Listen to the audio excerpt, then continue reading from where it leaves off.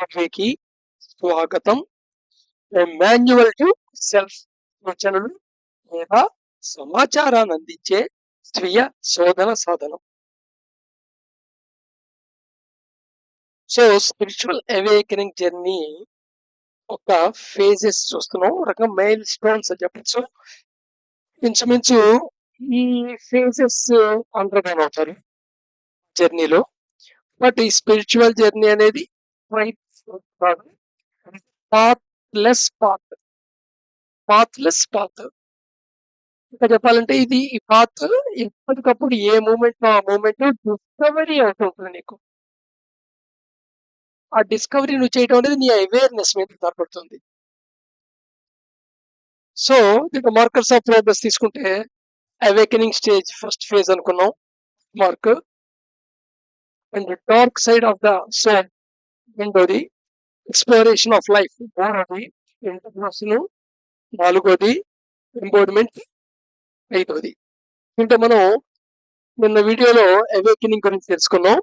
ఇప్పుడు dark night of the soul, the dark night of the soul.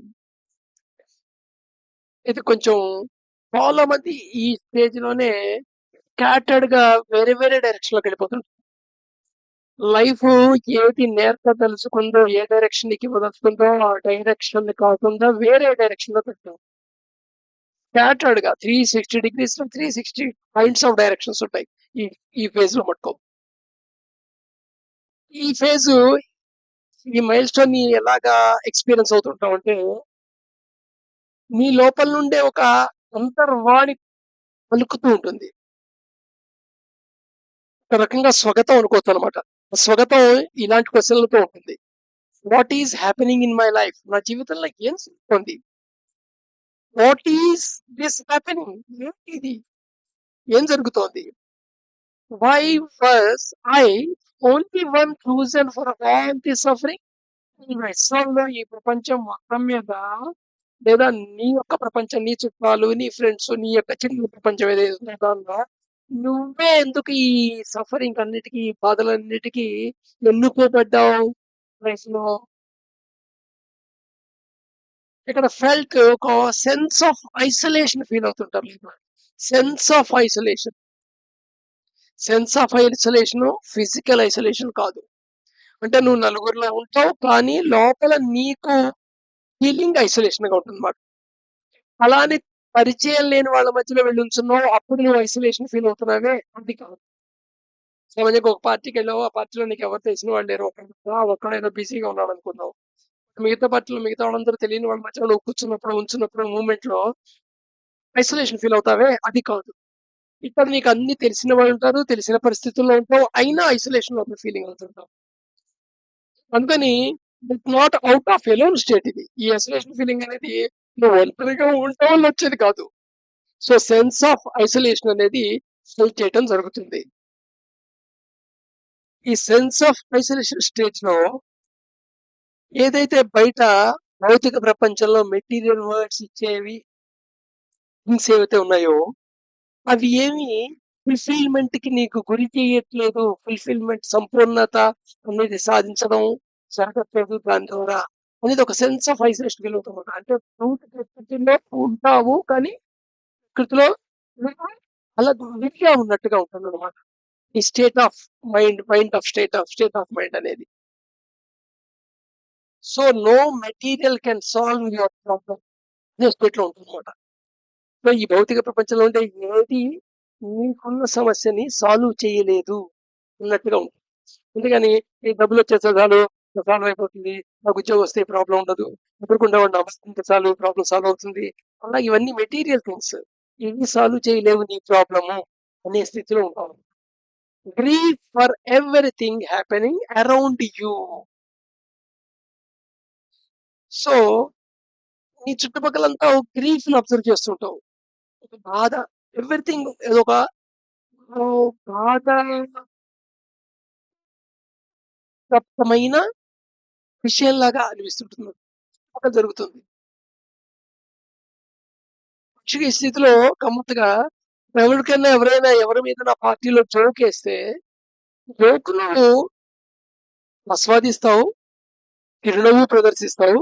కానీ at the same time ఆ చోటు వల్ల ఎవరైతే కౌంటర్ పార్ట్ సఫర్ అయ్యారో, సఫరింగ్‌ని గూడా నువ్వు గుర్తించగలుగుతావన్నమాట. With grief for everything happening around you. ఈ టైంలో నీలోంచి కంపాషనేట్ అనే భావం పాల పొంగుగా బయటకొస్తుంటుంది. Confusion about your purpose. ఈ స్టేజ్‌లో చాలా పర్పస్ ఆఫ్ లైఫ్ ఏమిటి అనే దాని మీద చాలా కన్‌ఫ్యూజన్ ఉంటుంది. అంతవరకు విన్నవి, తెలిసినవి అన్నీ అటు, ఇటు, ఇటు, ఇటు ఫజిల్‌లా కనబడుతూ ఉంటాయి. హైటెండ్ అవేర్‌నెస్ ఆఫ్ సఫరింగ్ ఉంటుంది. సఫరింగ్ ఏదో జస్ట్ బాధపడటం కాదు. ఆ బాధని నువ్వు అద్దంలో నిన్ను చూస్తున్నట్టు చూస్తున్నావు. అంతేగాని బాధలో మునిగిపోయినట్టుండదు. నీ బాధ నీకు కనబడుతూ ఉంటుంది. కానీ నువ్వు హైటెండ్ అవేర్‌నెస్‌తో చూస్తావు ఆ బాధని. హైటెండ్ అవేర్‌నెస్‌తో చూసినప్పుడు కేవలము కారణాలు మాత్రమే వెతకవు. ఆ బాధకి కారణాలేమిటి అని వెతకవు. కారణాలు కనబడుతుంటాయి. అట్ ద సేమ్ టైము అక్కడ నీ యొక్క ఐ, నేను అనేది ఉందో, అది దేనికి అటాచ్ అయ్యి ఉందో, దేనికి బాండ్ అయ్యి ఉందో, లేదా దేనికి ఎంటాంగిల్ అయ్యి ఉందో, అది కూడా నీకు స్పష్టంగా కనబడుతుంటుంది. అప్పుడు ఆటోమేటిక్‌గా నీకు తెలియకుండా ఒక చిరునవ్వు లాంటిది కూడా వస్తుంది. రహాసం కూడా వస్తుంది. Heightened awareness of suffering stage అన్నమాట. సామాన్యంగా సఫరింగ్ చాలా మందికి వస్తూ ఉంటుంది. ఇటువంటి సఫరింగ్ టైమ్‌లో వాళ్ళు బ్రూడింగ్‌లోకెళ్ళిపోతారు. బ్రూడింగ్ స్టేజ్ అంటే ఎలా ఉంటుందంటే, కొత్త విషయాలని దాని వాళ్ళ రిలేటెడ్ లేదా అలాంటి సంబంధానికి సంబంధించిన విషయాలు, లేదా ఇంకా గతంలో జరిగినవన్నీ బాధాకర విషయాలన్నీ ఒకసారి అన్నీ మైండ్‌లో వాల్స్ ఓపెన్ అవుతాయి. అండ్ ఆ ఇంపల్సెస్ అన్నీ వచ్చేస్తుంటాయి. సో, దాంట్లో మునిగిపోయి ఉంటాం. ఇది ఆల్‌మోస్ట్ గతాన్ని నువ్వు చూస్తున్నావు మళ్ళా ఒకసారి. గతాన్ని మళ్ళా బతకడానికి ప్రయత్నం చేస్తున్నావు. అంటే నువ్వు డ్రైవింగ్ చేస్తున్నావు. డ్రైవింగ్ చేసేదెందుకు? కారు ముందుకు నడపడానికి. కానీ రేర్ మిర్రర్‌లో చూస్తూ డ్రైవింగ్ చేస్తున్నావు. రేర్ మిర్రర్ ఏంటి? వెనకాల గతించిపోయేది.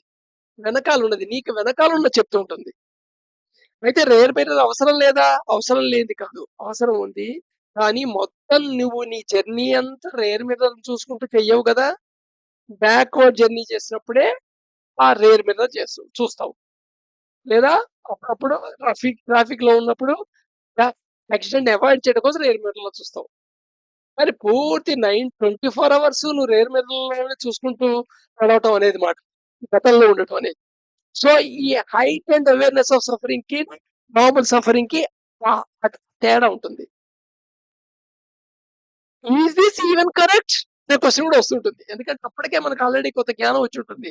రకరకాల ఫిలాసఫీలు, థియాలజీలు, వేదాంతాలు, రకరకాల దగ్గర ప్రవచనాలు, చాలా పుస్తకాలు చదివి ఎవరి దగ్గర విని ఉంటావు గదా! సో, ఏది నీకు సొలేస్‌గా యాంకర్ కింద పెట్టుకొని ఈ ఎక్స్‌ప్లనేషన్‌ల ఉపశమనం పొందుదామా అని ట్రై చేస్తుంటావు.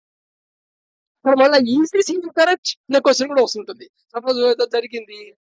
భయంకరమైన బాధొచ్చింది, సఫరింగొచ్చింది. ఇది నా గత జన్మలో ఏదో పాపం చేశాను అందుకని వచ్చుంటుంది. అని వచ్చి వెంటనే ఈస్ దిస్ కరెక్ట్? అనేది కూడా వెనకాల వస్తుంది. అంతేగాని సోలేస్ కింద వాడి వదిలేసేయవు. Why I am doing all this? Continue question నేను ఎందుకని ఇయన్నీ చేస్తున్నాను? అనే క్వెషన్ కూడా వస్తుంది. What is the purpose of all these things?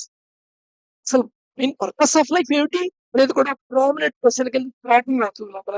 అది స్టిర్ చేస్తుంది ఇనిషియల్ ఇన్నర్ జర్నీకి. Physical symptoms of energy transformation, changes in habits like food, sleep, etc. ఇవన్నీ ఫిజికల్ సిమ్టమ్స్ కింద ఎనర్జీ ట్రాన్స్ఫర్మేషన్ నీకు వస్తుంటుంది. నీ హ్యాబిట్‌లో చేంజెస్ తెలుస్తుంటాయి. ఫుడ్ హ్యాబిట్, స్లీప్ హ్యాబిట్స్, నీ థింకింగ్ హ్యాబిట్స్ ఇవన్నీ గ్రాడ్యుయల్‌గా మారుతుంటాయి. వీటన్నిటిని కూడా నువ్వు అబ్జర్వ్ చేస్తుంటావు. ఇది ఓ రకంగా ఒక తూఫాన్ స్టేజ్ అని చెప్తుంటారు. పీజే షేర్ అయితే తన యోగా బుక్‌లో దీన్ని టెంపెస్ట్ చెప్తాడు. టెంపెస్ట్ ఈస్ నాట్ హనీమూన్ అని కూడా చెప్తాడు. సో, ఒక పెద్ద తుఫాన్‌లాగా ఉంటుందన్నమాట. ఆ తుఫాను ఫేజ్‌లో ఏవేవి వియర్డ్ ఉన్నాయో, ఏవేవి రాలిపోవాలో అవన్నీ రాలిపోతాయి. కొత్త చిగురికి ఆస్కారం ఇస్తాయి. ఏవేవి అక్కర్లేదో అవన్నీ రాలిపోయి కొట్టుకెళ్ళిపోతాయి. సో, అందుకని టెంపెస్ట్ ఫేజ్ అని కూడా చెప్తుంటారు దీన్ని. రేపు నెక్స్ట్ మైల్‌స్టోన్ చూద్దాం.